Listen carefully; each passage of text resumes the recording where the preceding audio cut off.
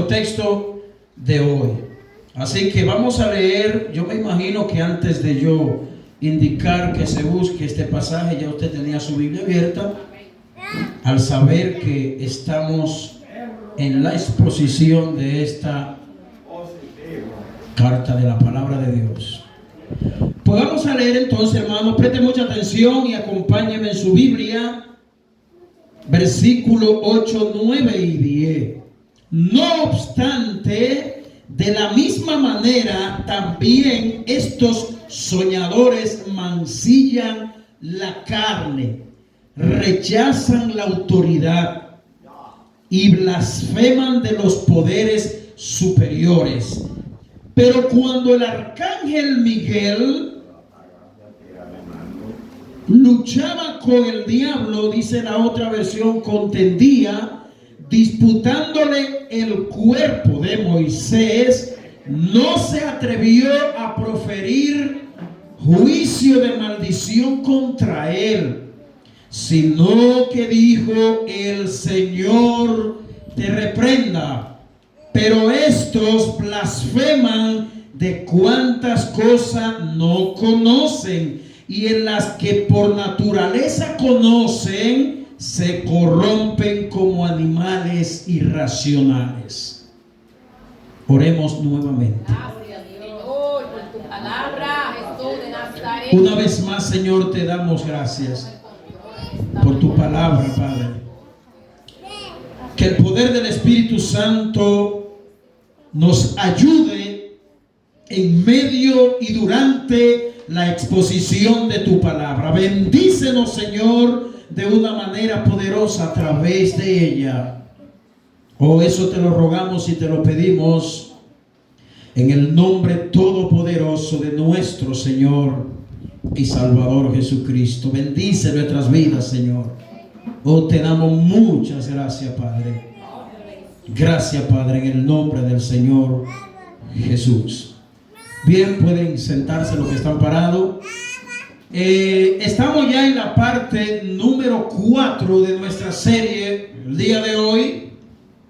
Este es el cuarto domingo que durante todas estas semanas hemos estado compartiendo esta importante carta del Nuevo Testamento.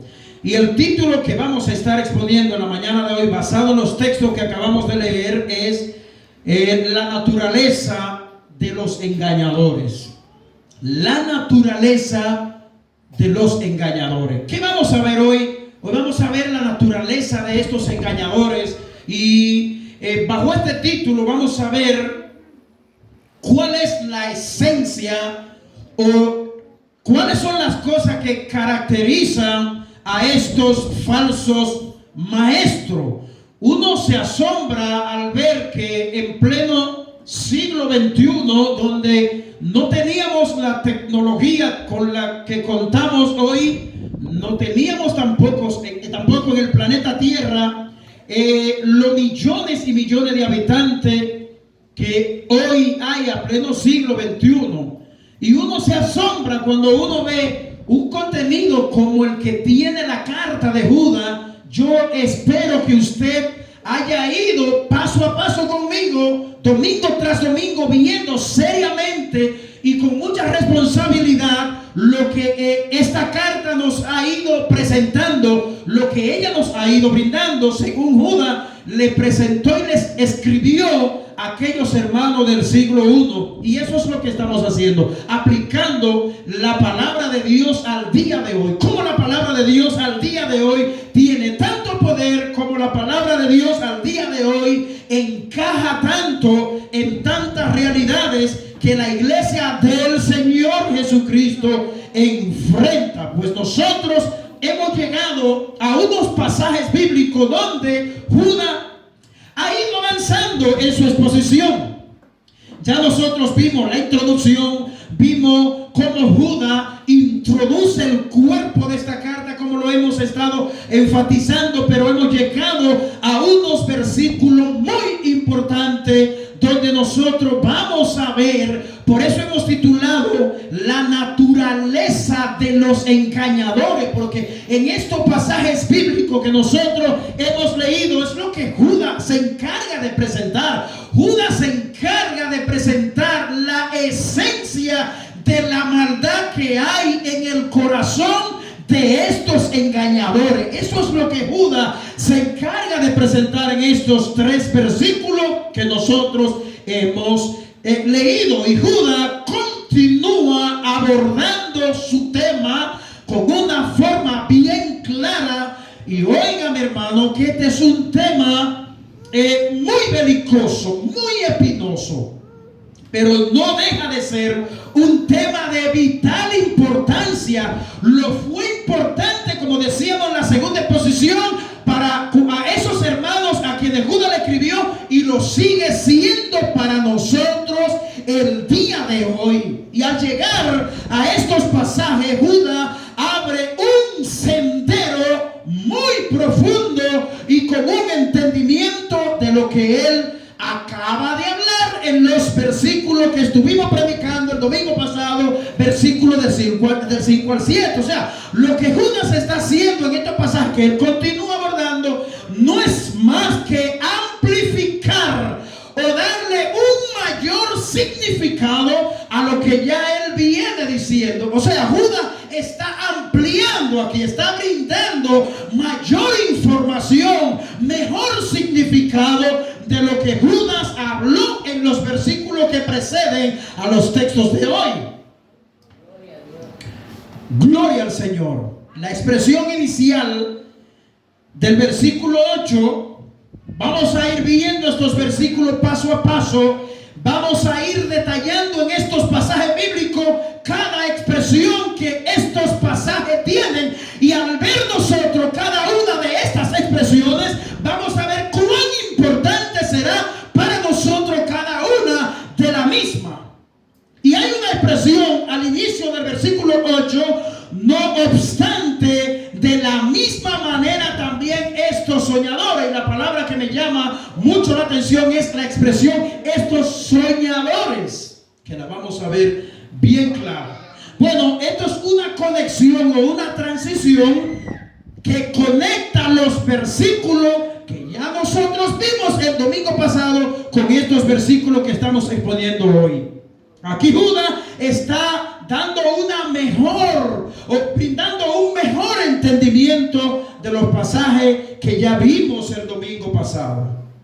Y es por ello, hermano, que hoy nos vamos a ocupar en ver 3 características esenciales que se manifiestan en los versículos que hemos leído. Cuando usted toma estos versículos y lo lee con calma y lo analiza minuciosamente, allí solamente en el verso 8 vemos esas 3 características con las que se caracterizan los falsos maestros, los engañadores. Y al ver nosotros estas características, son sumamente asombrosas. Uno diría, pero ¿cómo es posible que alguien que profesa la fe, que está en la fila cristiana, pueda manifestar estas características? Aleluya. Y están ahí en el verso 8. Aleluya. Y esas características son mancilladores, que le vamos a titular una gran aberración inmoral en estos maestros engañosos. Ese es nuestro primer punto. Pero también vemos que ellos no respetan a la autoridad, pero también vemos que son unos blasfemos. Blasfeman y subestiman a la autoridad. Todo esto lo vamos a ver, hermano, paso a paso, y yo quiero que usted preste mucha atención para que pueda sacarle buen provecho al significado de lo que Judas nos quiere decir a nosotros, y cómo deben estos pasajes bíblicos alertarnos a nosotros, cómo deben traer en la vida de cada uno de nosotros los cristianos una perspectiva de lo que nosotros podemos enfrentar en este mundo caído, como iglesia, las cosas a las que nosotros nos vamos a enfrentar. Los engaños de Satanás. Abordemos con mucha paciencia este primer punto, una gran aberración inmoral, y eso lo vemos en el versículo 8. No obstante, de la misma manera también estos soñadores. Antes de abordar nuestro tema, ¿qué significa la palabra soñadores que menciona Judas aquí? ¿No le parece a usted muy interesante. Estos soñadores, esta es una expresión muy reveladora acerca de estos engañadores. Dice que estos son soñadores.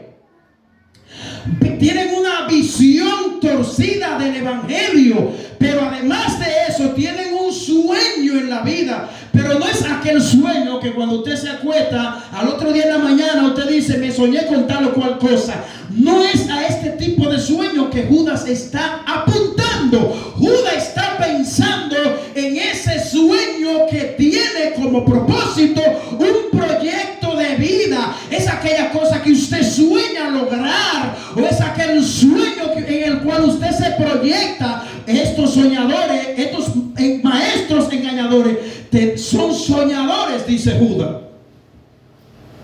Y por ser soñadores tienen una visión de la vida, tienen una visión del cristianismo. Ellos sueñan con cosas, y no solamente eso, sino que proclaman cosas a través de sus sueños y ofertan cosas a través de los sueños que estos engañadores tienen. Y eso es lo que vamos a ver paso a paso.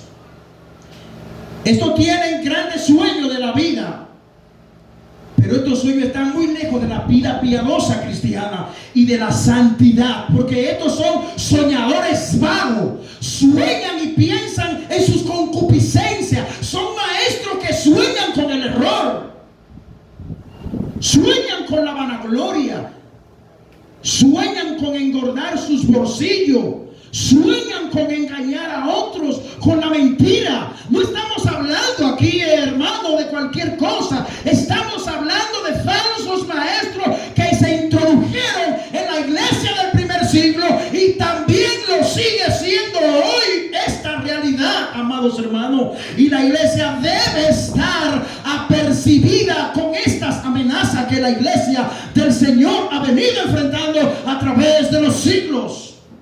Yo me he tomado, a medida que he ido estudiando la carta de Judas, me he ido tomando esto muy en serio, hermano. De verdad se lo digo de todo corazón. No estamos enfrentándonos a cualquier situación. La iglesia ha estado bajo embate y bajo ataque a lo largo de su siglo. Basta con uno visitar o consultar la historia de la iglesia para uno darse cuenta de esto. No solamente a Judas Dios ha levantado, a lo largo de los siglos Dios ha levantado hombres que han defendido la verdad de Dios con gallardía, hombres que han expuesto el error y el engaño de los falsos maestros. Usted no se imagina de qué son capaces los falsos maestros. Dividen iglesia, tuercen pensamiento, tienen ideología torcida, macabra. Son diabólicos, hermano. Le cabe este imperativo. Son macabros los falsos maestros. Y lo que más me trae un poco de temor a mí, por así decirlo, es que estos engañadores no manifiestan el error muy fácil. Ellos están camuflajeados. Usted lo ve a ellos ser muy versados, hablan bonito, manejan ciertos pasajes de las escrituras con precisión, sacado de contexto. Es por eso que estos engañadores son peligrosos, y vamos a ver la naturaleza, la esencia de estos engañadores en esta predicación de hoy. Tienen sueño de la vida, pero tienen un sueño torcido y errado, lejos de la pureza de Dios y de la vida piadosa. Pero la expresión que sigue en este versículo es la que nos ha permitido entender con claridad que estos sueños de estos engañadores no son correctos, hermano. La expresión es la siguiente, se encuentra en el versículo 8, y es: mancillan la carne. Note que después que Judas dice estos soñadores también, no obstante, estos soñadores también, sigue y dice: mancillan la carne. Y es ahí donde uno se da cuenta que los sueños de ellos no son correctos, son torcidos. Usted ve a veces mucha gente haciéndose expectativa de la vida y proyectando sueños que están lejos de una vida rendida al Señor.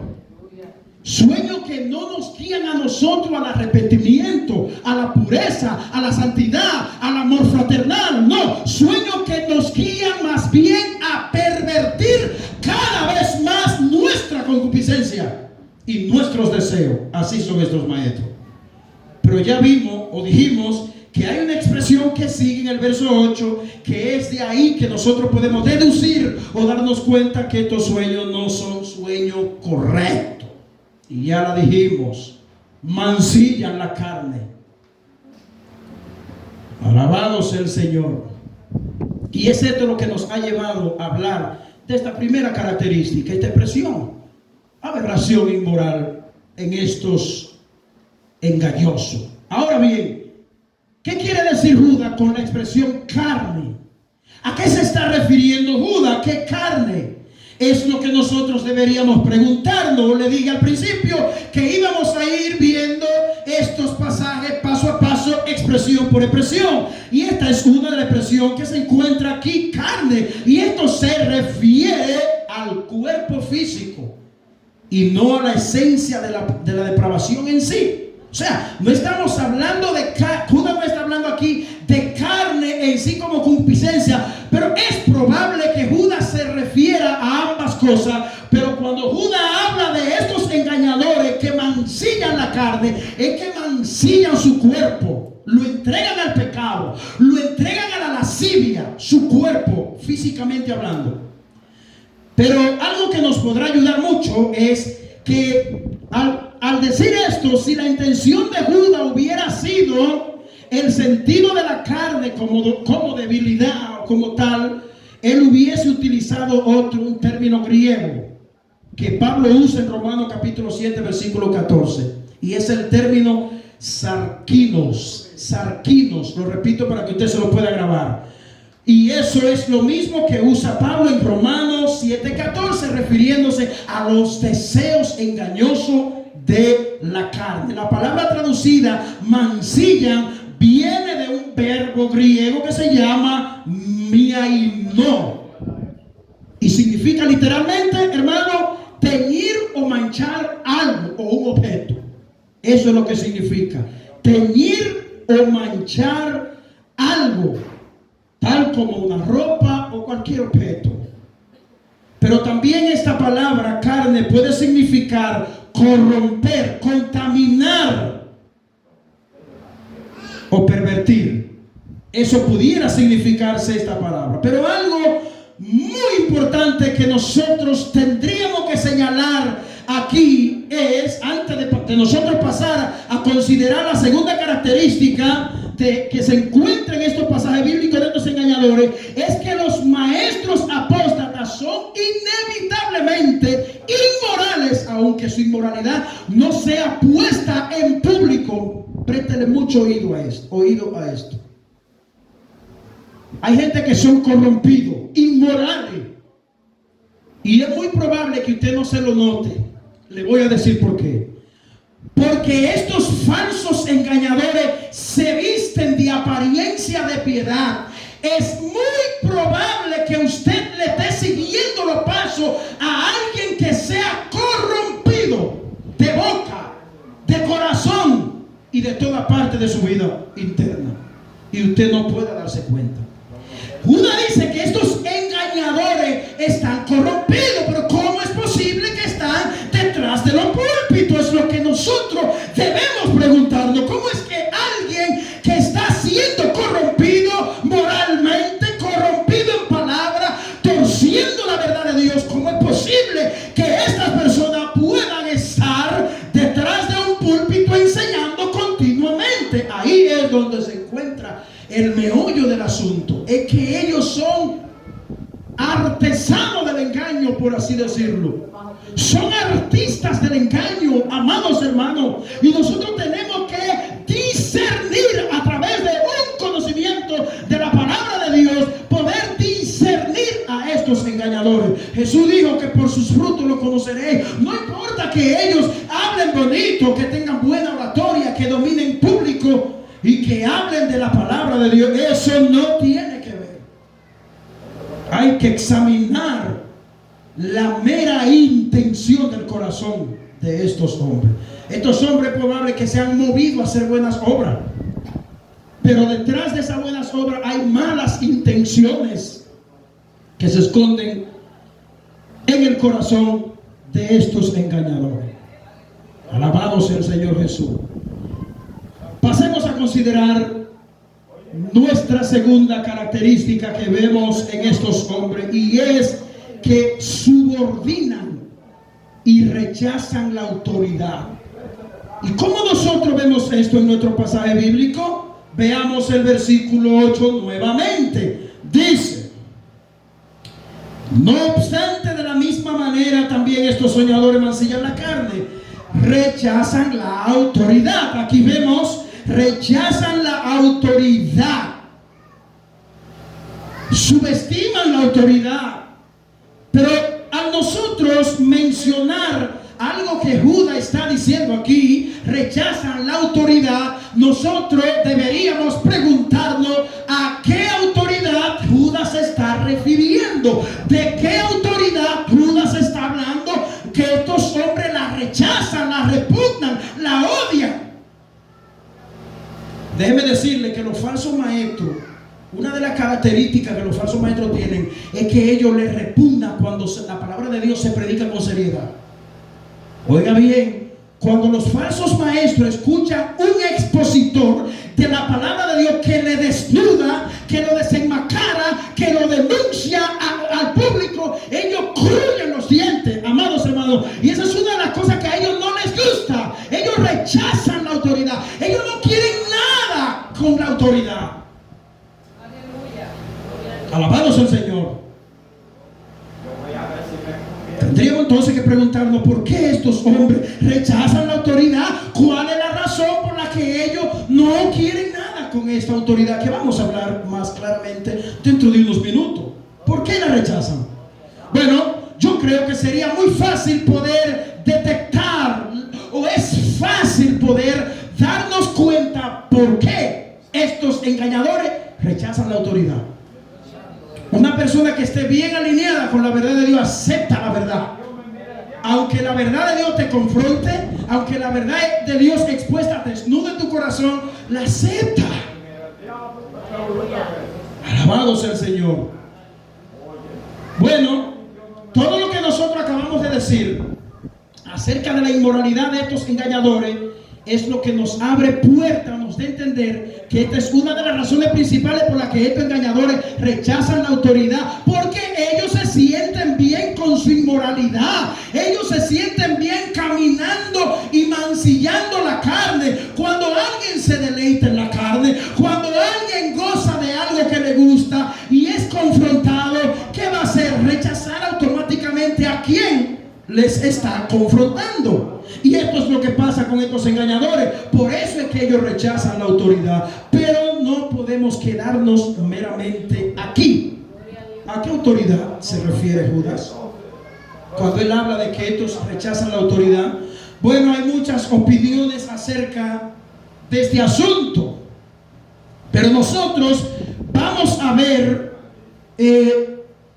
esta expresión de Judas bajo un mejor amplio contexto de toda la Biblia. ¿Qué es lo que vamos a hacer? Vamos a ver aquí la palabra autoridad, la vamos a ver en un amplio contexto de la Biblia. ¿Qué vamos a ver? Vamos a ver algunos pasajes que se refieren a diferentes tipos de autoridades para tener una mejor comprensión de lo que Judas podría estar refiriéndose. Estos rechazan la autoridad. En primer lugar, la Biblia nos habla de autoridades terrenales. ¿Y dónde nosotros vemos donde la Biblia nos habla de autoridades terrenales?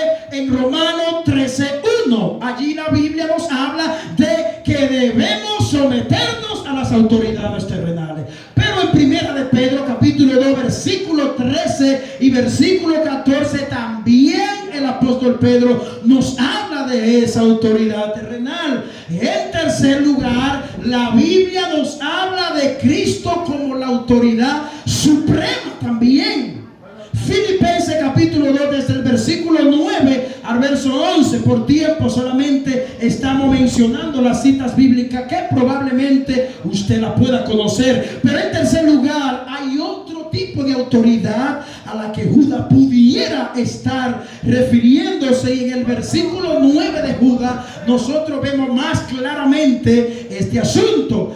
Pero estas autoridades podrían ser las autoridades espirituales, poderes espirituales. Efesios 6:12, y Judas verso 9. Este versículo es el que nosotros hemos tomado y hemos considerado como parte de esta exposición. La tercera característica de estos falsos engañadores es que son irreverentes, y eso lo vemos en el verso 9 de Judas. Démosle un vistazo al verso 9. Dice: pero cuando el arcángel Miguel contendía con el diablo por el cuerpo de Moisés, no se atrevió a proferir juicio de maldición, sino que dijo: el Señor te reprenda. ¿Cuánta gente hoy en día, creyendo que tienen autoridad sobre los poderes de la tiniebla, y andan atando los territorios para Dios? Esto es un grave error, amados hermanos. Cuando Judas hace alusión al arcángel Miguel, está hablando de una autoridad suprema. Pero cabe otra pregunta: ¿de dónde Judas saca esta información? Si la buscamos en los restantes libros de la Biblia y no la podemos encontrar. Algunos dicen que Judas podría estar aprendiendo esta información de una transmisión oral que se había dado, pero otros sostienen que Judas sacó esta información de los libros extrabíblicos, que no son considerados como libros inspirados que están en la Biblia. Pero lo cierto, el punto aquí no es si está o no está, o de dónde Judas sacó la expresión. El punto es que Judas está diciendo que estos mancilladores, estos blasfemos, es como un cristiano que se ponga a jugar con los poderes espirituales. Te tengo pisado, Satanás, son expresiones que muchos de nosotros dicen: pastor, pero la Biblia dice que sí, que Dios nos ha dado autoridad para hollar serpientes y escorpiones. Pero también esa misma Biblia nos dice que Él exhibió públicamente a todos los principados y las potestades. Los exhibió públicamente, triunfando sobre ellos en la cruz. Ya Cristo lo venció. Ahora, ¿cuál es la lucha ardua que los cristianos tenemos con los poderes de la tiniebla? Si por así decirlo, luchamos con la carne como número uno. Nuestra naturaleza pecaminosa, nuestro pecado, la esencia de nuestro pecado es nuestra mayor guerra espiritual. Esa es nuestra mayor guerra espiritual. Tú la llevas contigo, duermes con ella, tú la bañas, tú la cuidas, la sustentas, y muchas veces le brinda y le otorga apetitos que ella te pide. Poderoso es el Señor. Por eso me encanta cómo Judas pone este ejemplo aquí. Como quien dice, el arcángel Miguel, siendo una autoridad en el mundo espiritual, un arcángel de guerra, contendía con Satanás por el cuerpo de Moisés. Judas es tan claro, hermano, dice: él no se atrevió a porfiar, en buen dominicano, no se atrevió a proferir, a contender juicio de maldición contra Satanás, sino que dijo: el Señor te reprenda. En otra palabra, que el Señor cargue contigo, diablo. En otra palabra. No, hoy es otra cosa.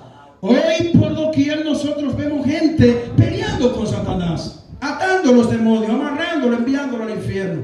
Señor, la Biblia es tan clara que la Biblia dice que hay un día establecido en el que cada espíritu de demonio irá a un lugar de condenación. Pastor, ¿dónde se encuentra eso? En una ocasión Jesús, echando fuera un demonio, los demonios le gritaron y le dijeron al Señor: Señor, ¿has venido a atormentarnos antes de tiempo? Dando a entender, los espíritus que hablaban con el Señor, interactuaban con Él, que ellos saben que hay un día establecido en el que ellos serán condenados por toda una eternidad. Mientras tanto, el actual o la actual situación que opera en el mundo hoy. Efesios dice que los espíritus están en los aires, operan en los corazones de la gente, promoviendo el pecado que ya de antemano está en el corazón de cada uno de nosotros. Porque muchas veces nosotros culpamos, caí en adulterio, pequé, eso fue el diablo. No, eso es tu pecado tuyo, tu concupiscencia tuya fue la que te llevó a esa situación. Y desde Génesis nosotros vemos que la raíz del mal del hombre es el pecado. Muchas cosas los demonios ni se dan cuenta de ella, y es tu carne la que te lleva a ella. Entonces Judas está diciendo aquí que estas autoridades blasfeman contra los poderes de la tiniebla. No pierdas tu tiempo de que hoy voy a tumbar un cuadro y que voy a pagar un velón hoy. No, mi hermano, mire, yo le estoy explicando esto. No es porque yo quiera entrar en contienda. Lejos de mí estén esas cosas. Lo que te quiero decir es que Dios no te ha mandado a eso. Repito el versículo 9. Dice Judas: pero cuando el arcángel Miguel contendía con el diablo disputando por el cuerpo de Moisés, no se atrevió a proferir juicio de maldición contra él, sino que dijo: el Señor te reprenda, y punto. Santiago 4:7, ¿qué dice? Todos se lo saben aquí de memoria. Someted pues a Dios, resistid al diablo y huirá de vosotros. No hay una mayor arma para un cristiano que la pureza y la santidad. Estoy en santidad, estoy en comunión con Dios. Satanás se tendrá que someter. Es lo que Santiago está diciendo. Sométete a Dios, a su palabra, al conocimiento y discernimiento de la palabra de Dios. Consideremos entonces nuestra tercera característica. Son irreverentes. Y esta expresión también la encontramos en el versículo 8. Son irreverentes porque blasfeman autoridades superiores. Judas presenta la tercera acusación acerca de la característica de estos apóstatas. Dice que blasfeman. La palabra blasfemia viene del término griego blasfemeo, que lo que significa es calumniar o hablar mal de, especialmente hablar de modo profano de asuntos que son sagrados, incluso del mismo Dios. Blasfeman las autoridades superiores. Los falsos maestros no solo eran irreverentes en ciertas cosas que eran leves, sino que también eran blasfemos específicamente de los poderes superiores. ¿Cómo es posible que una gente se atreva a subestimar los poderes de la tiniebla, los poderes diabólicos, que solo Cristo pudo vencerlo en la cruz del Calvario? Solo Él. Colosenses, repito, 2:14. Y exhibiendo a los principados y a las potestades, los exhibió públicamente, triunfando sobre ellos en la cruz. Alabado sea Dios. Le voy a decir algo que tal vez podrá ser un poco chocante para algunos aquí, pero la Biblia nos respalda. La mayoría de atrocidades que se ven en el mundo, escuche bien, la mayoría de atrocidades que se ven en el mundo, que se le achacamos a Satanás y a los demonios, son culpa de nosotros mismos, los seres humanos. ¿Por qué usted dice eso, pastor? Porque inmediatamente Adán le da entrada al pecado, el hombre se corrompió. ¿Qué dice Génesis? Que los pensamientos y las intenciones del corazón del hombre eran de continuo hacia el mal. Echémonos la culpa al pecado, hermano. Echémonos la culpa a nosotros mismos de muchas cosas que nos pasan a nosotros. ¿Qué dice la Biblia? Que todo lo que el hombre siembra, eso va a cosechar. Entonces, hay cosas que no son operadas por Satanás y los demonios. Claro, Satanás es un engañador. Satanás anda como león rugiente buscando a quien devorar. Pero nunca olvide, amado hermano, que tu peor lucha es contigo mismo. Es con la esencia de tu pecado que mora en ti. Dice Pablo, ¡ay de mí! Romanos capítulo 7. Versículo 24, versículo 25. ¡Ay de mí! ¿Quién me librará de este cuerpo de pecado? Dice Pablo. Pablo dice: ¡ay de mí! ¿Quién me librará de tantos demonios que me rodean? No. Dice Pablo: ay de mí, ¿quién me librará de este cuerpo de pecado? Léalo, Romanos 7, 24 y 25. ¿Y qué dice Pablo al final? Doy gracias por Cristo. O sea, lo que Pablo está diciendo, doy gracias por Cristo, es doy gracias por la obra redentora que Él llevó a cabo en la cruz del Calvario por mí. Hermano, mire, estudiar la palabra de Dios con claridad nos ayuda a nosotros a avanzar paso a paso hacia el crecimiento, el discernimiento y la madurez. A veces nosotros nos frustramos la vida peleando con cosas y atacando cosas que no son la raíz del problema. Y la raíz del problema que nosotros tenemos es el pecado. Echémosle la culpa al pecado. Ese es el que nos tiene hundido a nosotros, hermano. Nuestro pecado. Pero sobre el versículo 10, que es nuestro último texto, yo no voy a abundar mucho. Solo quiero decir algo que se encuentra en este pasaje bíblico y está bien claro. Lo voy a leer. Dice: pero estos blasfeman de cuantas cosas no conocen, y en las que por naturaleza conocen, se corrompen como animales irracionales. Ven cómo estos pasajes bíblicos en ninguna parte lo que apunta es al corazón del hombre, a la maldad que hay en el hombre. Dice que se corrompen y blasfeman y se corrompen como animales irracionales. ¿Usted sabe lo que es un animal irracional? Pongamos el ejemplo de un perro que va cruzando una calle. Él no piensa que viene un vehículo a menos de 10 metros por encima de él y actúa a estos hombres actúan como animales irracionales en su pecado, en su blasfemia, en su subestimación de las autoridades superiores. Bendito sea el Señor, hermano. Pero lo que yo quiero decir que se encuentra en este versículo 10 es que está más que evidenciado que estos hombres están bajo una fuerte influencia de ignorancia que ellos no conocen. En conclusión,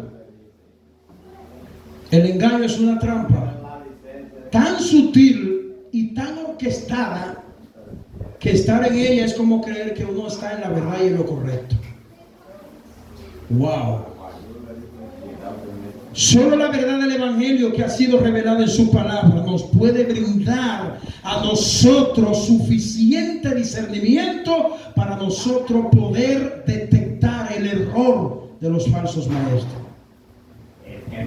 De 25 versículos que tiene esta breve carta, de un solo capítulo, hasta aquí nosotros hemos visto tanto en esta carta en tan solo los primeros 10 versículos. Amados hermanos, les exhorto a tomar con entusiasmo y mucha seriedad la exposición de su palabra, que semana tras semana estamos exponiendo por la gracia y la misericordia de Dios. Que el Señor les bendiga a todos. Que la paz de Dios sea con cada uno de vosotros. Padre, muchas gracias. Recibes toda la gloria, Señor, y toda la